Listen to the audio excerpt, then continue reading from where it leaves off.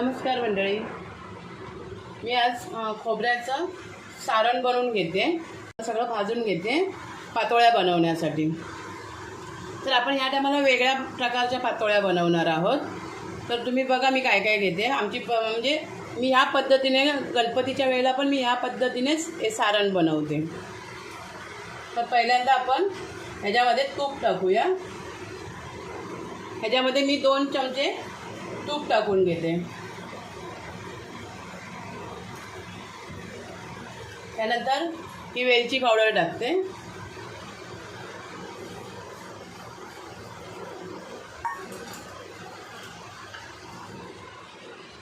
आणि हा गूळ टाकायचा. आम्ही काळा गूळ घेतलाय. त्याच्यानंतर चिमूटभर मीठ, जास्त नाही टाकायचं. गोडासाठी मीठ हे कधी पण टाकायचं असतं, म्हणून चिमूटभर मीठ टाकायचं. आणि थोड्या वेळासाठी हे भिजून म्हणजे मिक्स करून ठेवायचं. म्हणजे त्याच्यामध्ये सगळं गूळ वगैरे गूळ खोबरं सगळं असं मिसळून जातं. आणि एकदा या प्रकारे करून बघा, एकदम माव्यासारखी तुम्हाला चव लागणार.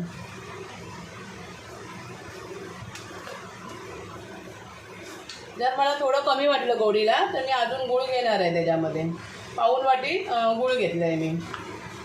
आणि एक अख्खा मोठाच्या मोठा नारळ आहे. आता हे आपण 10-15 मिनटं असंच ठेवून देऊया आणि नंतर भाजायला घेऊया. भाजत आलं आहे. थोडं गूळ विरघळला पाहिजे. आणि हा काळा गूळ घेतला आहे मी, त्याच्यामुळे सारणाचा रंग तुम्हाला एकदम डार्क दिसतोय. ही मंडळी मी साधं आवरण नाही बनवत आहे, फक्त तांदळाच्या पिठाचं. तर त्याच्यासाठी मी इथे 2.5 काकडी किसून घेतली आहे. ते ह्याच्यामध्ये टाकून घेते. आणि अर्धा कप त्याचं पाणी निघालं आहे, ते पण टाकायचं आपल्याला. आणि अजून ह्या वाटीने 1.5 वाटी पाणी टाकायचं आहे. आणि ह्याच वाटीने फूल भरून 2 वाटी पीठ घ्यायचं आहे. आता आपण पहिल्यांदा 2 वाटी पाणी टाकूया. ही 1 वाटी, कारण काकडी पण शिजायला हवी ना. ही 1 वाटी म्हणजे 2 वाट्या झालं. आणि हा अर्धा कप पाणी होतं, म्हणजे 2.5 वाट्या पाणी झालं याच्यामध्ये.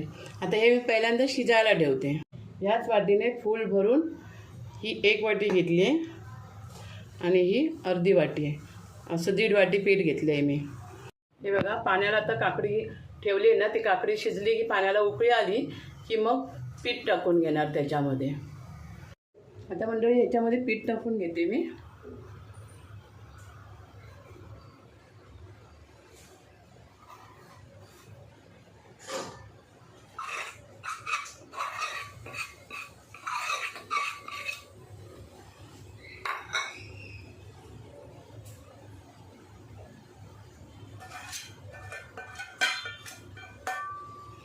आणि थोडा वेळ असंच पीठ वरच्यावर ठेवायचं आणि नंतर मिक्स करायचं.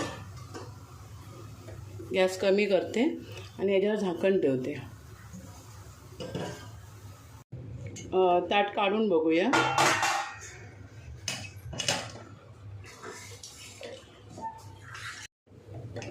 आता हे झालंय पीठ. आता गार करत ठेवते.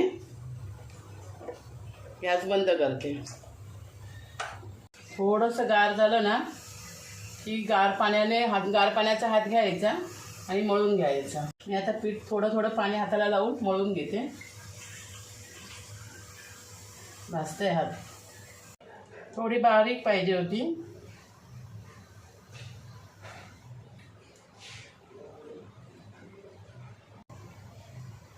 सारण भरून घ्यायचं.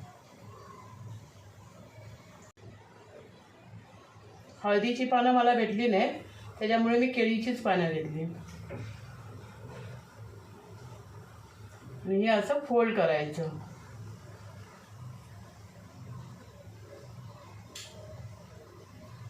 जास्त दाबायचं नाही, नाहीतर मग तो आकार सगळा चेंज होऊन जाणार. आता मी असेच सगळे करून घेते आणि अर्धे थापून करणार आहे. पाण्याला मंडळी आता उकळी आली आहे. चाळणीला तेल लावून घेतलं आहे.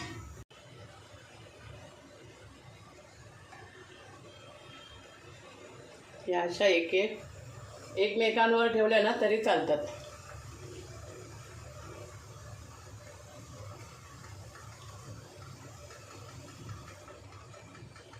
पातोळ्या आता झाल्या, गॅस बंद केला. आता ह्या गार झाल्या की मग परत दुसऱ्या ठेवायच्या बनवायला. पण आता पातोळ्या काढून घेऊया, खूप गरम आहे.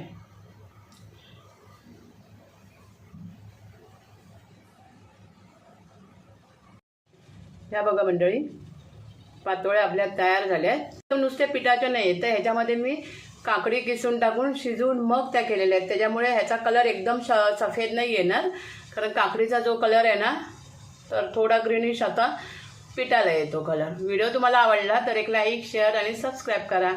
थँक्यू.